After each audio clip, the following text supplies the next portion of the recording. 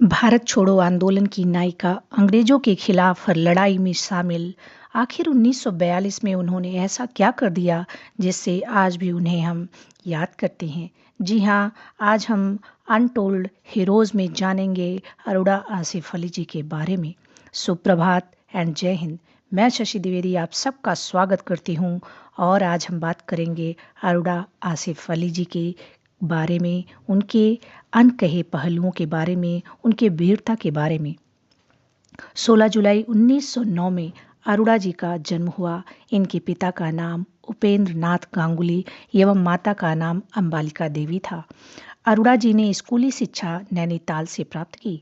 नैनीताल में इनके पिता का होटल था। यह बहुत ही कुशाग्र बुद्धि और पढ़ाई लिखाई में चतुर थी। बचपन से ही कक्षा में सर्वोच्च स्थान पाती थी। पढ़ाई के बाद वह शिक्षिका बन गई। कोलकाता के मेमोरियल कॉलेज में अध्यापन कार्य करने लगी। इनके ऊपर जयप्रकाश नारायण, डॉक्टर राम मनोहर लोहिया आदि का काफ़ी प्रभाव पड़ा।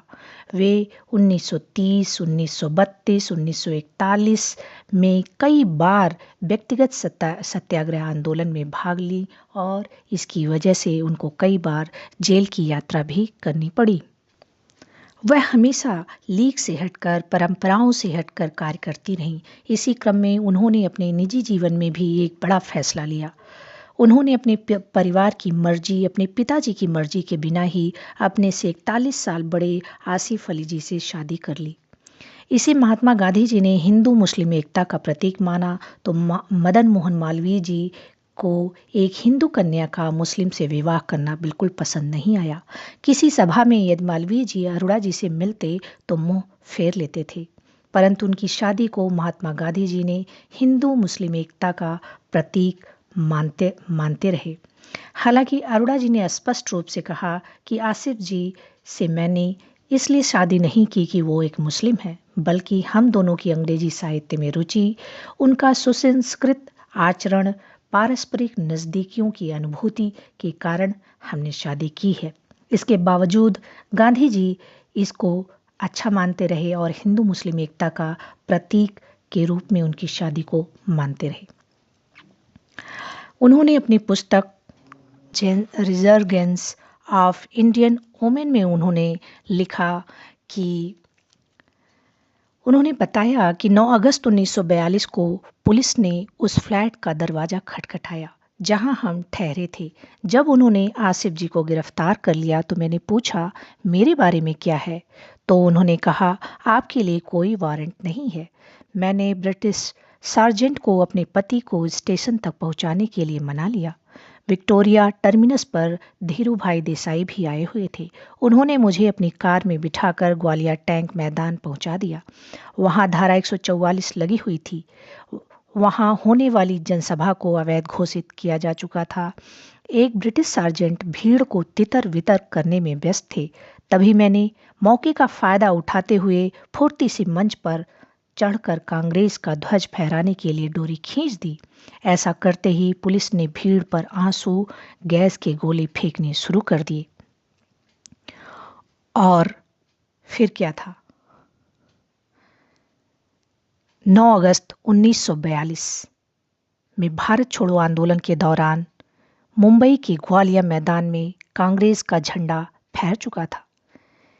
ऐसा बहादुरी का कार्य किया जिसे इतिहास के पन्नों में स्वर्णिम अक्षरों में दर्ज किया जाएगा, जिसके लिए उन्हें हमेशा याद किया जाता रहेगा।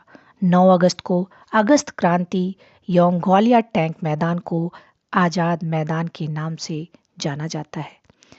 उसके बाद वह भूमिगत हो गईं और अपने अन्य साथियों के साथ मिलकर आंदोलन के कार्य को करती रहीं।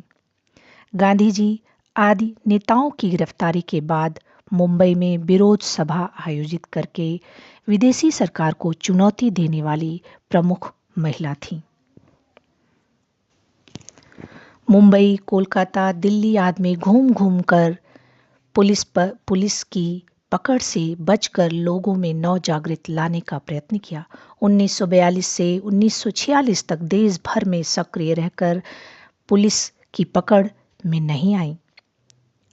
सारी संपत्ति जब्त होने पर भी उन्होंने आत्मसमर्पण नहीं किया। महात्मा गांधी ने एक पत्र अरोड़ा जी के लिए लिखा और उनको आत्मसमर्पण करने के लिए कहा। उनका पत्र है, महात्मा गांधी जी का पत्र।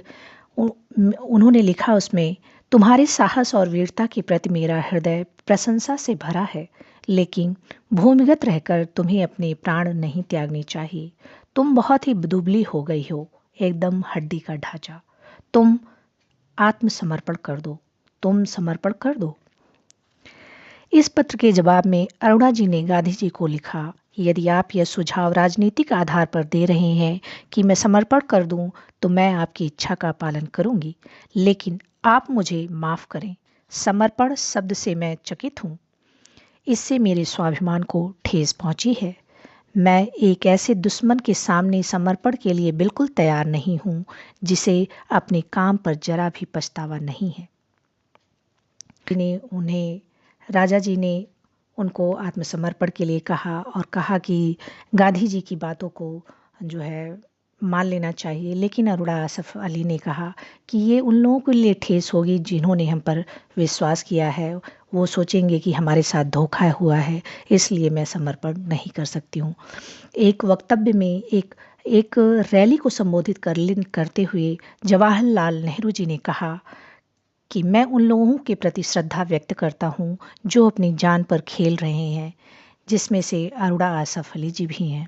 मैं उन्हें अपना आदर एवं स्नेह भेजता हूँ और उन्हें बताना चाहता हूँ कि उनकी ये कुर्बानियाँ बेकार नहीं जाएंगी।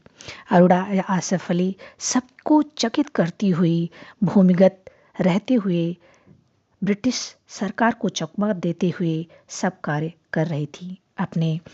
अपने मित्रों को की सहायता कर रही थी और स्वतंत्रता आंदोलन में सहयोग कर रही थी। इसके बाद उनकी सारी संपत्ति को जब्त कर लिया गया, लेकिन फिर भी उन्होंने आत्मसमर्पण नहीं किया। कांग्रेस कमेटी की निर्वाचित अध्यक्ष 2 वर्ष के अंतराल के बाद 1946 में वह भूमिगत जीवन से बाहर आ गईं।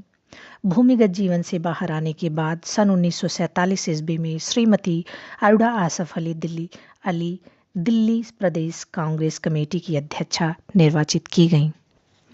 किसी ने लिखा है कि अरोड़ा जी का देर रात में घर आना और बिना किसी को पता चले सुबह ही घर से चले जाना एक जासूसी नाटक जैसा लगता। उनके साहसी कार्य सबको रोमांचित कर देते थे। उनके साहसी कार्य से सब रोमांचित हो जाते थे। दिल्ली में कांग्रेस कमेटी को उन्होंने सुदृढ़ किया। कांग्रेस से सोशलिस्ट पार्टी में सन 1948 ईस्वी में श्रीमती अरोड़ा आसफ अली सोशलिस्ट पार्टी में सम्मिलित हुईं और 2 साल बाद 1950 ईस्वी में उन्होंने अलग होकर लेफ्ट सोशलिस्ट पार्टी बनाई और सक्रिय होकर मजदूर आंदोलन में भी जी जान से जुट गईं। अंत में 1955 में इस पार्टी का भारतीय कम्युनिस्ट पार्टी में विलय हो गया। भाकपा में श्रीमती अरोड़ा आसफ अली भाकपा की केंद्रीय समिति की सदस्य और all India trade union Congress की उपाध्यक्षा बनाई गई। सन 1958 ईस्वी में उन्होंने मार्क्सवादी कम्युनिस्ट पार्टी भी छोड़ दी। सन 1964 में पंडित जवाहरलाल नेहरू की मृत्यु के बाद वे फिर कांग्रेस पार्टी से जुड़ गईं। सन 1958 ईस्वी में दिल्ली नगर निगम की प्रथम महापौर श्रीमती अरोड़ा आसफ अली चुनी गईं। मेयर बनकर उन्होंने दिल्ली के विकास, सफाई, स्वास्थ्य आदि के लिए बहुत ही अच्छा कार्य किया। दिल्ली से प्रकाशित वामपंथी अंग्रेजी दैनिक समाचार पत्र पैट्रियट से वे जीवन भर जुड़ी रहीं। उनको grand old lady of Indian independent कहा जाता है। उन्हें 1975 में शांति एवं सौहार्द के क्षेत्र में पुरस्कार दिया गया। लेनिन प्राइज से सम्मानित किया गया। 1975 में शांति एवं सौहार्द के क्षेत्र में लेनिन प्राइज से सम्मानित किया गया। 1991 में ज्ञान के लिए जवाहरलाल नेहरू सम्मान से सम्मानित किया गया। 1992 में प्रतिष्ठित पद्म विभूषण से सम्मानित की गई। 1997 में भारत के सबसे सर्वोच्च नागरिक सम्मान भारत रत्न से सम्मानित किया गया। और 29 जुलाई 1996 में हम सबके बीच से grand old lady of Indian independent हम सबके बीच नहीं रहीं, लेकिन याद रहेगा हमेशा उनका वो कार्य ग्वालियर मैदान में उनका कांग्रेस का झंडा फहराना, जहां से वास्तव में भारत छोड़ो आंदोलन की शुरुआत हुई। हम हमेशा उनकी बहादुरी, उनकी जासूसी, उनकी भूमिगत रहते हुए उनके कार्यों को याद करते रहेंगे। हम सबकी श्रद्धांजलि, हम सब उनको श्रद्धांजलि देते हैं, अपनी श्रद्धा सुमन अर्पित करते हैं। बहुत बहुत धन्यवाद। थैंक यू एंड जय हिंद।